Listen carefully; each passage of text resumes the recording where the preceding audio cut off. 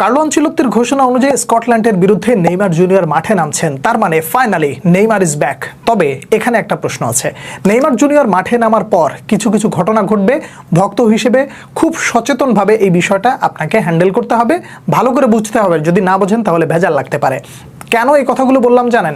Neymar junior জাতীয় দলে ফেরার পর তার কাছ থেকে প্রত্যাশিত পারফরমেন্স যদি পাওয়া না যায়, এখন আপনি বলবেন ভাই নেইমারের কাছ থেকেও যদি পাওয়া না যায় এই প্রশ্নটাকে করা যায়? অবশ্যই যায়। ইনজুরি থেকে ফিরে এসছেন, এসেই আপনাকে গোল করবে, এসেই আপনাকে হ্যাটট্রিক করে দেবে, এসেই দলকে জিতায় দিবে, এই ধরনের এক্সপেকটেশন থেকে একটু দয়া করে নিজেকে সরিয়ে রেখে বাস্তবতার উপরে দয়া করে নিজেকে একটু রাখুন এবং যে বিষয়গুলো বলছি একটু ভালো করে নোট ডাউন করে রাখুন।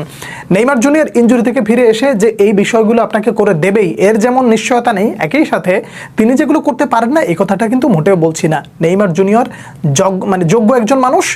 প্রশ্নটা কোন জায়গায় জানেন? প্রশ্নটা হলো নেইমার জুনিয়র কোনো রকম যদি এই যে 10 মিনিট 15 মিনিট 20 মিনিট যদি খেলে, সেই জায়গায় প্রত্যাশিত পারফরমেন্স যদি চোখে না পড়ে, তাহলে এক শ্রেণীর দরদি পয়দা হবে। সেই দরদিদের কাজ হবে কি জানেন? এই দরদিরা ক্রিস্টিয়ানো রোনালদোকে অলরেডি ধুয়ে দিচ্ছে। কেন ধুয়ে দিচ্ছে? যে ক্রিস্টিয়ানো রোনালদো কিছুই করতে পারতেছে না, সে হয়ে গেছে পর্তুগালের জন্য বোঝা, সে পর্তুগালকে ডুবিয়ে ছেড়ে দেবে। কিছু এক শ্রেণীর মানুষ এরকম তৈরি হয়ে যাবে যাদের কাজই হবে এই মুহূর্তে নেইমারের উপরে আঙুল তোলা, নেইমারকে প্রশ্নবিদ্ধ করা এবং নেইমার জুনিয়রের পারফরমেন্সকে ঘিরে মোটামুটি ব্রাজিলের বাজে পারফরমেন্স যদি হয় তাহলে দায়টা নেইমারের উপরে চাপায় দেওয়া। ভক্ত হিসেবে আপনাকে এই জায়গাটা একটু ভালো করে সচেতনতার সাথে ডিল করতে হবে। নাম্বার 1, কেন এই জিনিসটা আসলে আমি এই মুহূর্তে আপনার সামনে তুলে ধরছি? যদি এই ধরনের কোনো কিছু ঘটে তাহলে ব্যক্তি হিসেবে আপনি অনেকটা ডিসঅ্যাপয়েন্ট হবেন, আপনি আপনার দলের উপর থেকে অনেকটা মন খারাপ করে দূরে সরে থাকবেন, কিন্তু আমি চাই না আপনি এটা করেন। আমার পক্ষ থেকে আপনার কাছে যে অনুরোধটা থাকবে সেটা হলো পরিস্থিতিটা বোঝা।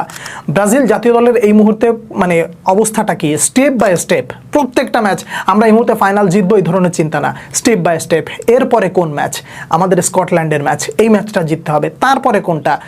রাউন্ড অফ 32 এর যে ম্যাচটা হবে সেইটা, ফাইনাল না। এইভাবে স্টেপ বাই স্টেপ সামনের দিকে এগোতে হবে। নেইমার জুনিয়রকে যখন যতটুকু প্রয়োজন ততটুকুই খেলানো হবে। অতিরিক্ত দরদিরা কি প্রত্যাশা করবে জানেন? যে কার্লো আনচেলত্তি কেন নেইমারকে শুরু থেকে খেলাইলো না, তার কাপড় চোপড় একবারে পুরা উদ্ধার করা শুরু করে দেওয়া হবে।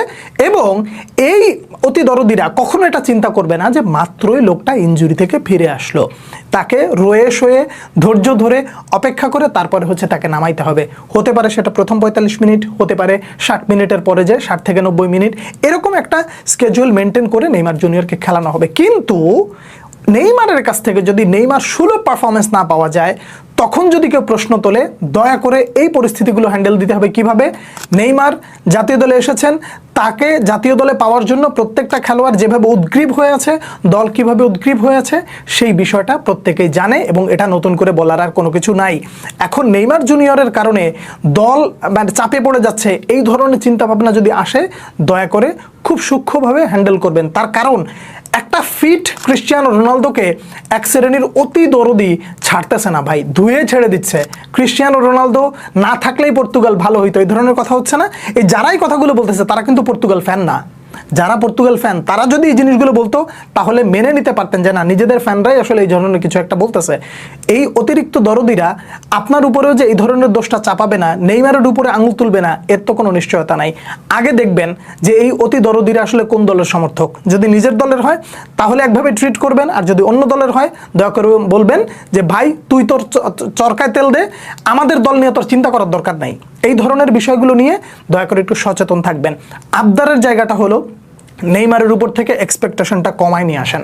নেইমার জুনিয়র মাত্রই ফিরে এসেছে, প্রত্যেকটা জায়গায় যখন তাকে যতটুকু প্রয়োজন ততটুকুই খেলাবে দল, এইটুকুর জিনিস কার্লো আনচেলত্তির উপরে আপনার বিশ্বাস করতে হবে এবং অতিরিক্ত চাপ কমায়া ঠান্ডা মাথায় রিল্যাক্সে নেইমার জুনিয়রকে উপভোগ করতে হবে। মনে রাখবেন নেইমার জুনিয়রের এটা লাস্ট ওয়ার্ল্ড কাপ, সে ঘোষণা দিয়ে ফেলছে এটাই আমার ওয়ান লাস্ট চান্স। আপনার কি মনে হয় নেইমার 10 মিনিট সময় পাইলে সে তার সর্বোচ্চ লেভেলের দেবে না?